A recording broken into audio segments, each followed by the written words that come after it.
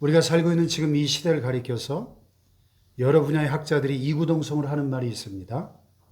현대는 불안의 시대다. The age of anxiety, 영어로 불안의 시대. 맞는 말이죠.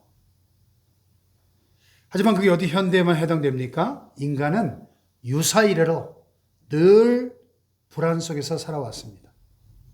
아담과 하와가 범죄하여 벌거벗은 수치를 느끼고 하나님의 음성을 듣고 두려워 숲속에 무화과나무 잎으로 부끄러운 곳을 가리고 숲속에 나무 그늘 뒤에 숨을 그때부터 지금까지 인류는 늘 불안 가운데 살아왔죠. 다만 그 불안 심리가 갈수록 더 심해지기 때문에 이 시대를 특정해서 불안의 시대라고 부르는 것입니다. 그런데 가만히 생각하면 참 이상해요. 예전에 비해서 지금은 과거 어느 때보다도 물질적으로 더 풍요로운 시대고 환경적으로 봐도 얼마나 참 편리한 시대입니까? 또 문명의 이기들이 스마트폰을 비롯해서 컴퓨터, 노트북 얼마나 편리한 것들이 많아요. 또 사회적인 안전망도 또 복지 시스템도 과거에 비해서 얼마나 지금 특히 우리 대한민국 같은 경우에 지금 선진국에 진입하면서 얼마나 사실 40년, 50년 전하고 비교해 보면 살기 좋은 시대인지 몰라요. 그런데 오히려 사람들은 점점 더 불안해하고 있죠. 그래서 오늘 시대를 자세히 들여다보면 불안이 마치 이 도미노 현상처럼 번져가는 걸 봅니다. 도미노 아시죠? 이렇게 하나를 탁 무너뜨리면 다다다다다다 연쇄적으로 무너지는. 그래서 10대들은 10대들 나름대로 학업과 20대 때문에 불안하고 20대들은 취업 때문에 불안하고 30대들은 결혼과 출산과 자녀 양육 문제 때문에 불안하고 또 40대는 직장과 사업 문제 때문에 또 50대, 60대 이상은 노후 문제와 건강 문제 등으로 불안합니다. 거기다 설상가상으로 이 코로나까지 이거 완전히 그냥 불난 집에다가 휘발유 붓는 격이에요. 그러니 한도 없고 끝도 없습니다. 그런데 사실은 우리가 문제의 본질을 정확하게 파악할 필요가 있어요. 과연 우리를 불안하게 만드는 것이 무엇인지 그 핵심을 알아야 돼요. 핵심을. 그것은 문제 자체가 아니라 문제를 바라보고 있는 우리 자신의 태도, 즉 마음가짐 때문이다 하는 거예요. 문제를 바라보면서 두려워하는 우리의 마음, 이게 더 심각한 문제라는 것을 알아야 합니다. 제2차 세계대전 당시에 미군 전사자가 총 한 30만 명쯤 된다고 합니다. 그런데 아이러니컬한 것은요, 아들이나 남편을 전쟁터에 보내놓고 나서 집에서 걱정하고 불안에 떨며 살다가 심장병에 걸려 죽은 사망자가 100만 명이 넘는다는 얘기예요. 그러니까 여러분, 전쟁터가 더 위험합니까? 집이 더 위험합니까? 헷갈리죠. 또 이런 흥미로운 실험 결과가 있습니다. 쥐 100마리를 철장 안에 가두고 규칙적으로 따박따박 100일 동안 음식을 넣어줬습니다. 그리고 철창 밖에다가 고양이를 이렇게 끈으로 묶어놨어요. 그러니까 직접적인 해를 끼치지 못하죠. 묶어놨으니까. 근데 100일 후에 쥐들이 다 죽었어요.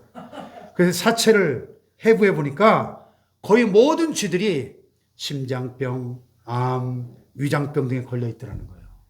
참 놀랍지 않나요? 어떻게 그럴 수 있을까? 이 쥐들이 고양이 울음소리를 들으면서 그 모습만 보고도 두려워가지고 심장병, 각종 암, 위장병에 걸려 죽었다는 거예요. 마찬가지로 사람들에게도 정말 심각한 문제는 문제 자체가 아니라 바로 이 두려움이라는 겁니다. 두려움. 이 두려움만 이겨낼 수 있다면 어떤 상황에서도 행복할 수 있는데 어떤 문제가 닥쳐와도 이 두려움만 이길 수 있다면 당당하게 승리할 수 있는 것입니다. 아멘. 뉴딜 정책으로 유명한 미국의 프랭클린 루스벨트 대통령 이야기인데 그가 제32대 미국 대통령으로 취임할 당시에 미국 상황은 말이 아니었습니다.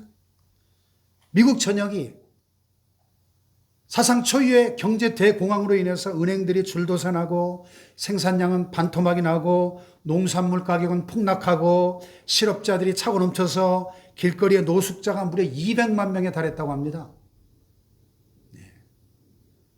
뭐 지금으로부터 거의 100년 전 이야기니까 심각하죠. 루즈벨트 대통령이 두려움에 사로잡혀 있는 미국 국민들에게 대통령 취임 연설을 하면서 TV를 통해서 이런 명언을 남겼어요.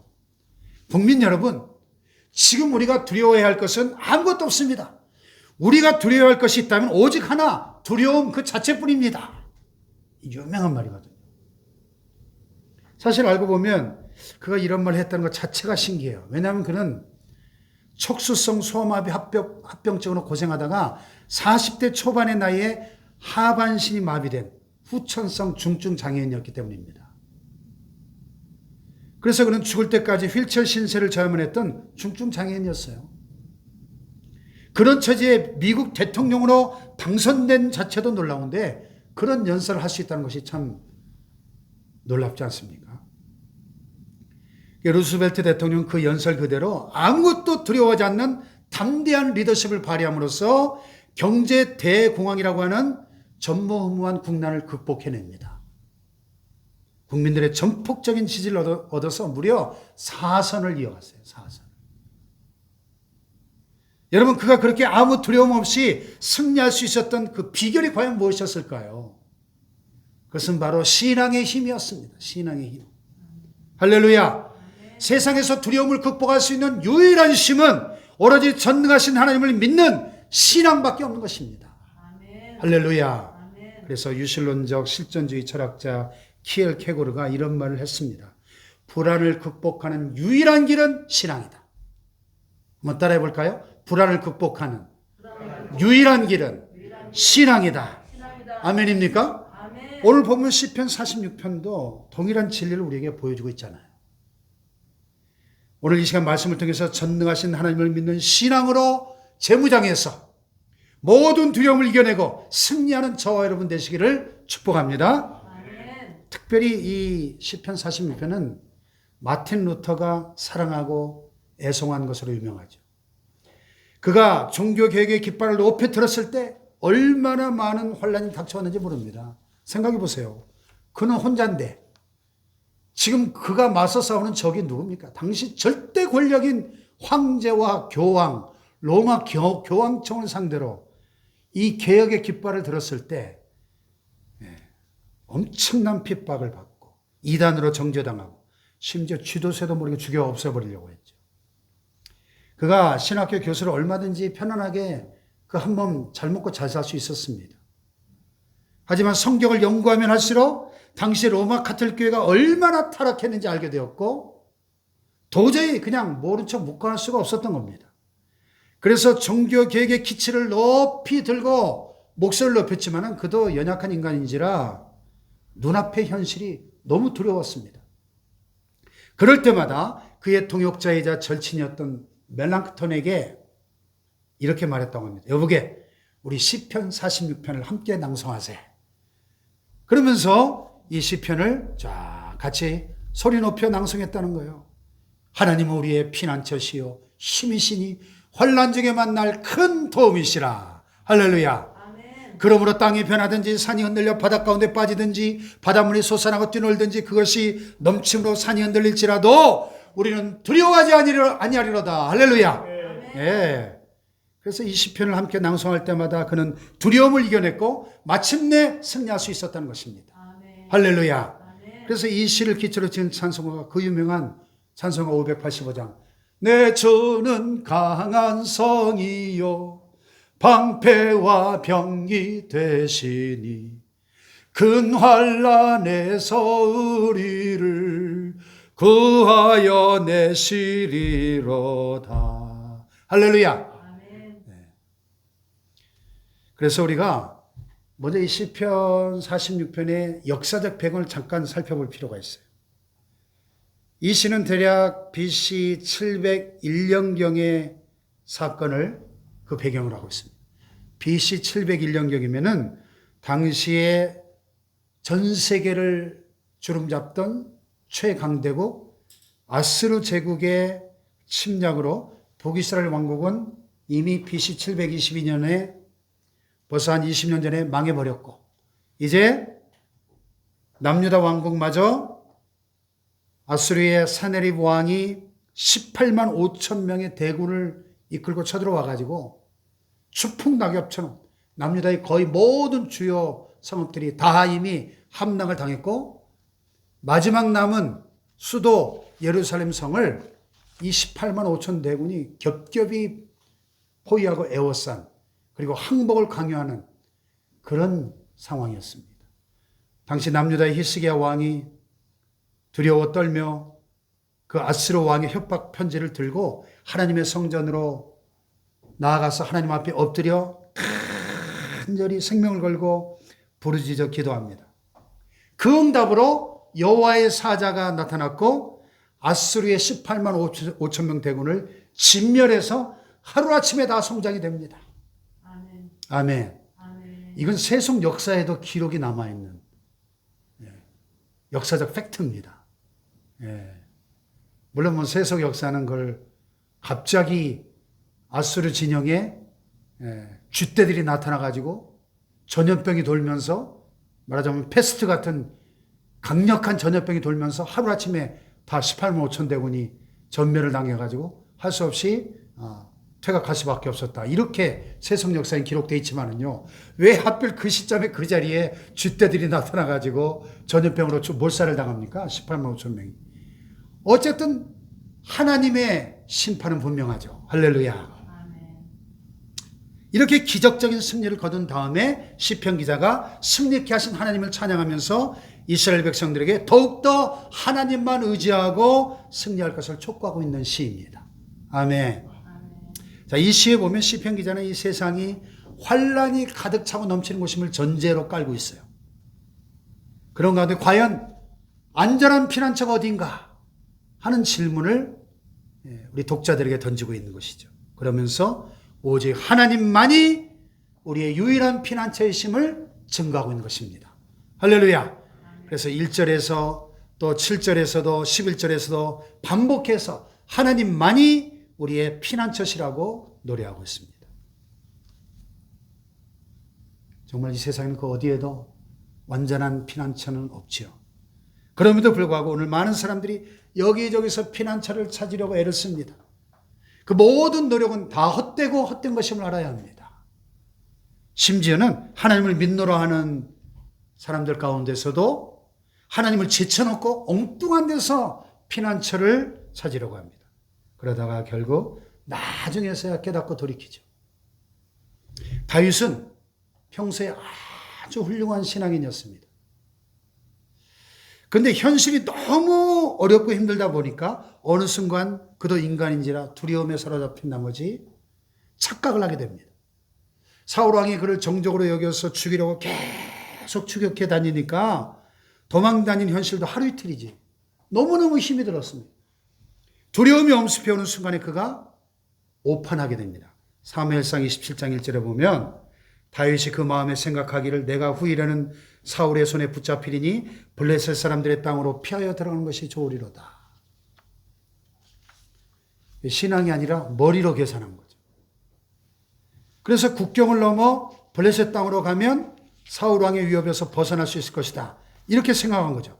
판단 미스였습니다. 그 후에 어떻게 됩니까? 블레셋의 아기스 왕에게 투항해서 그의 부하가 됩니다. 아니 한때 블레셋의 영웅 골리앗을 물리친 그 용사 중에 용사였던 다윗이 블레셋 왕의 부하가 되다니 이게 말이나 되는 상황입니까?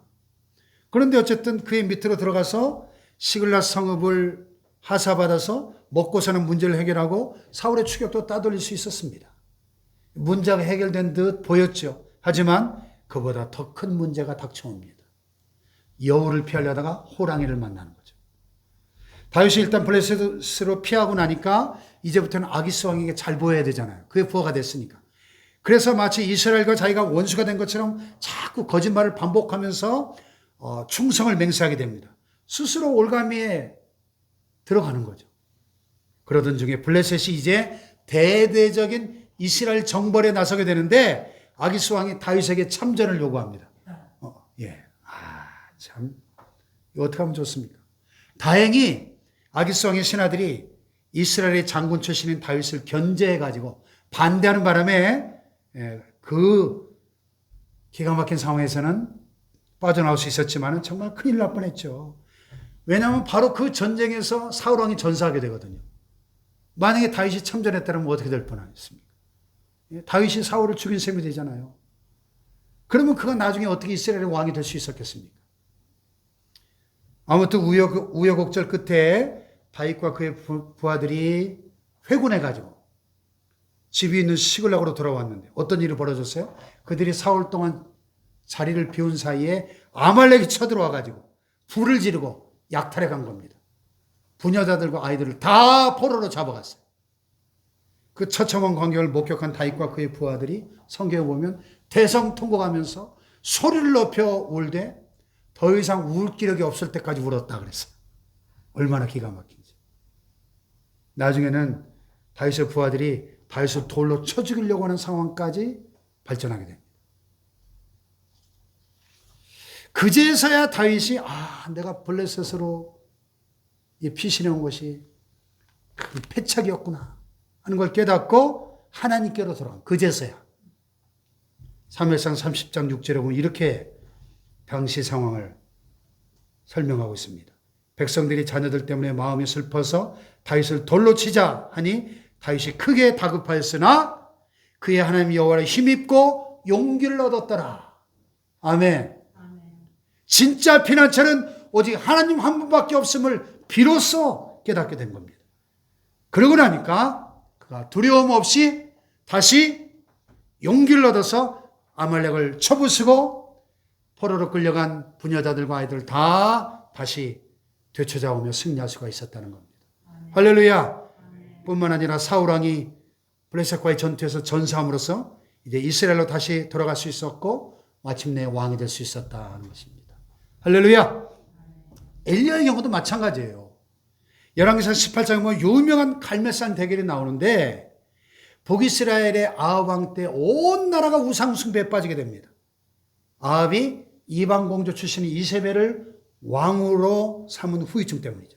하나님이 진노하셔가지고 3년 반 동안 이스라엘 전체에 물 한 방울, 비 한 방울, 이슬 한 방울 안 내리는 거예요. 처절한 가뭄이 찾아옵니다. 엘리야가 혈혈 단신으로 바알과 아세라 선지자 850명을 다 한 자리에 모아놓고 850대 1에 결투를 벌이잖아요. 결투를 갈멜산에서.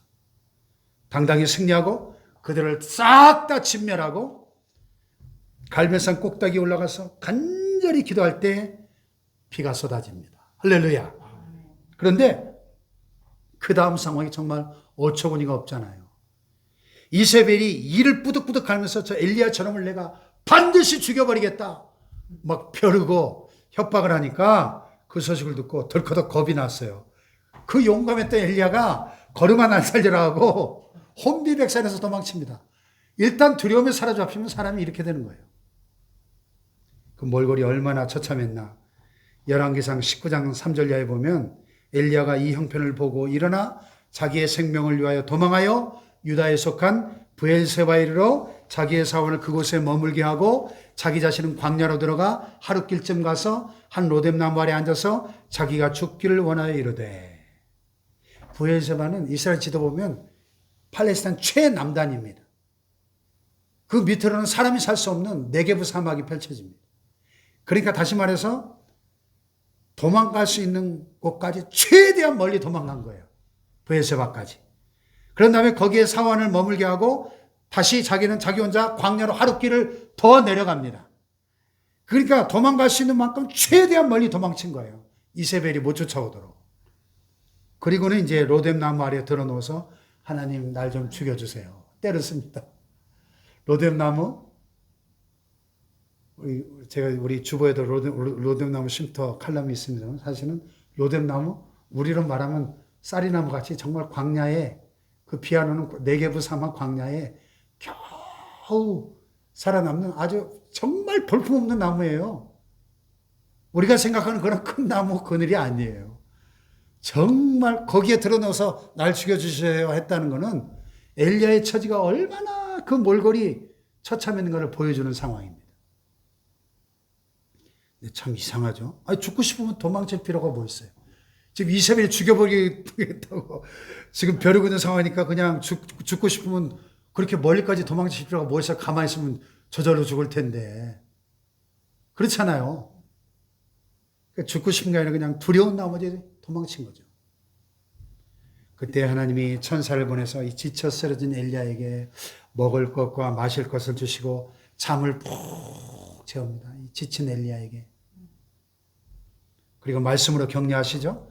그리고 다시 40일 40주야를 걸어서 호렙산까지 이르게 하시고 호렙산 동굴 속에서 다시 만나서 말씀으로 격려하시고 새로운 사명을 주시고 다시 재기하게 하십니다. 회복시키십니다. 할렐루야.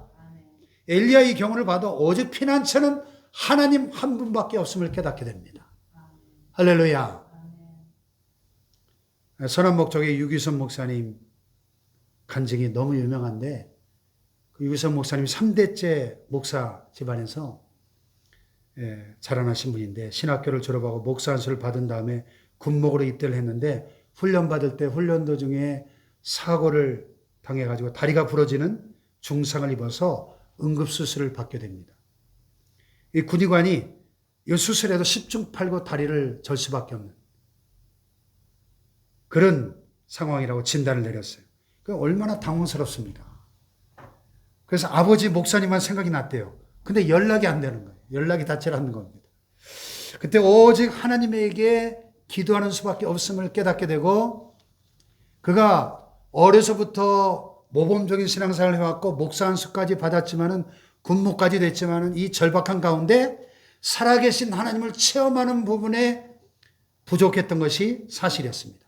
그래서 그 절박한 상황에서 간절히 기도하다가 큰 은혜를 받게 됩니다. 은혜를 체험하고 나니까 이제 다리를 절어도 괜찮다. 나머지 다리도 하나님께 드리겠습니다.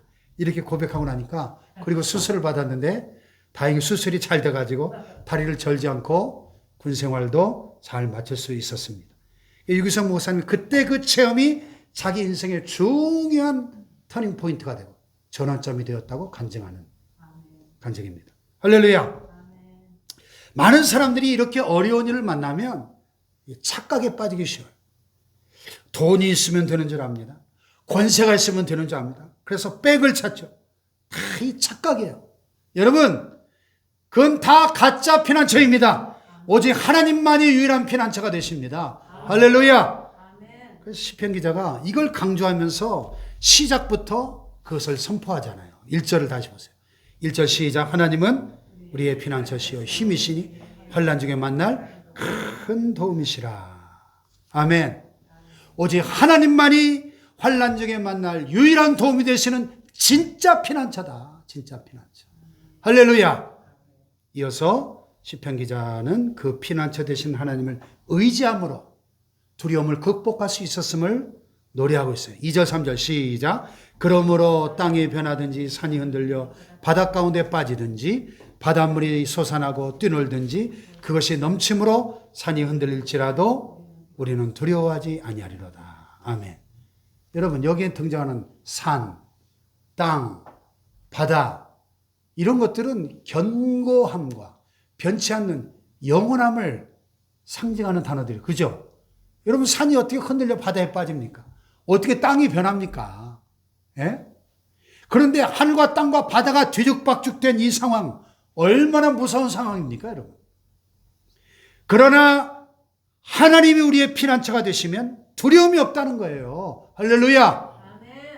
그래서 이 진리를 깨달은 다윗이 시편 57편 1절에서 이렇게 고백합니다.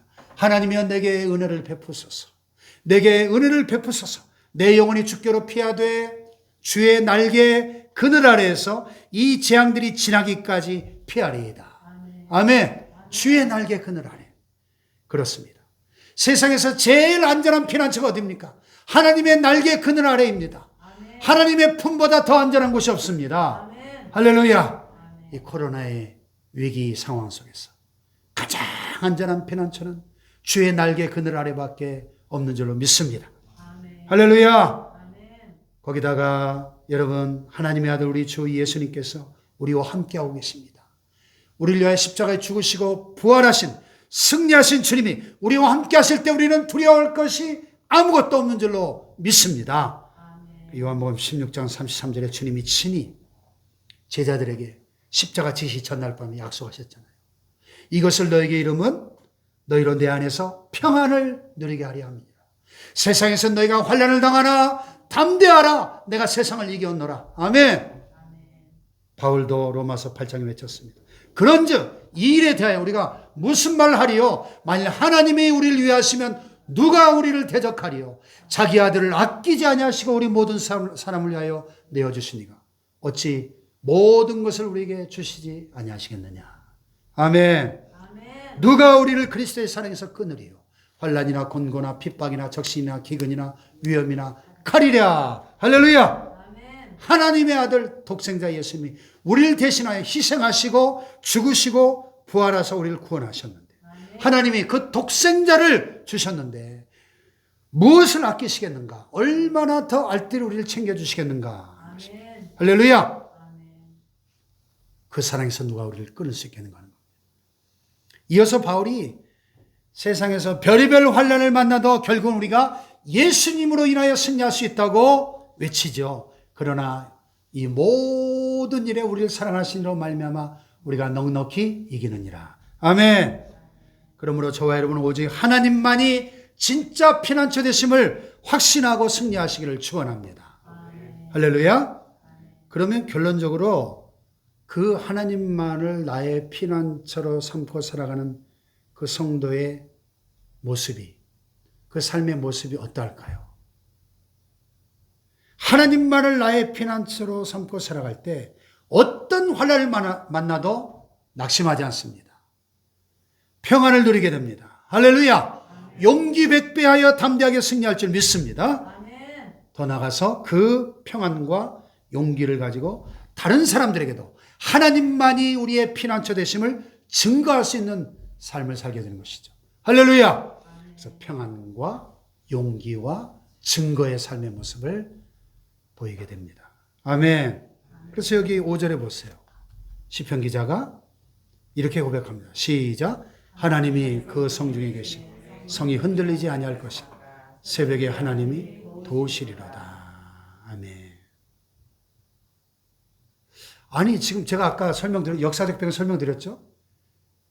세계 최강대국 아수리 18만 5천 대군이 겹겹이 포위한 상황이라니까요.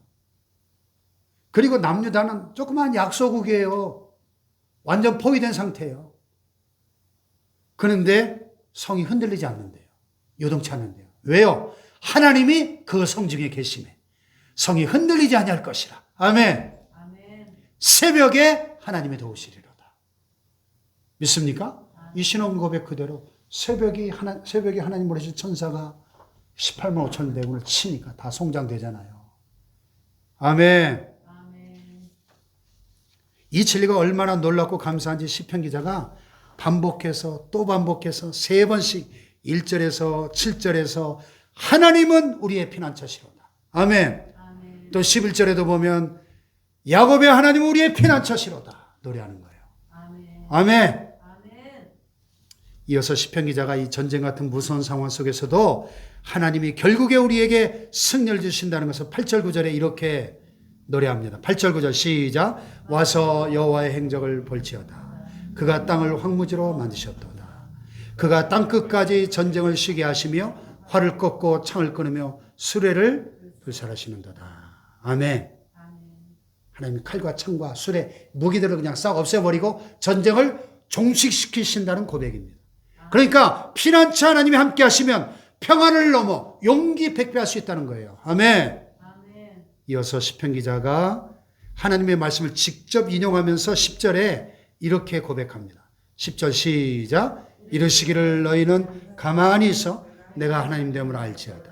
내가 문나라 중에서 높임을 받으리라. 내가 세계 중에서 높임을 받으리라 하시도다. 아멘. 피난처 되신 하나님을 만방에 널리 알리고 모든 만민에게 증거하라는 말씀입니다. 할렐루야. 아멘. 소설 대지로 유명한 펄벅 여사 이야기인데요. 펄벅 여사는 1938년에 노벨 문학상을 수상한 작가로 우리나라와 깊은 인연을 맺고 있죠. 한국을 너무나 좋아하고 사랑해서 자기 이름을 한국식으로 박진주 이렇게 개명한 분이에요. 특별히 6.25 전쟁 후에 혼혈아들, 미군과 한국 여성 사이에 태어난 아동들을 돕는 사역을 펼치면서 펄벅재단을 설립했고 지금까지도 다문화 가정 자녀들을 후원하고 있는 단체가 됐는데요. 펄벅 여사는 어린 시절에 선교사였던 부모님을 따라 중국에 가서 거기서 자라났습니다. 어느 해 심한 가뭄이 들었어요. 중국 땅에. 아버지가 사역을 위해서 타지방에 출타한 상황에 한밤중에 마을 사람들이 몽둥이를 들고 몰려온다는 소식이 들려왔어요.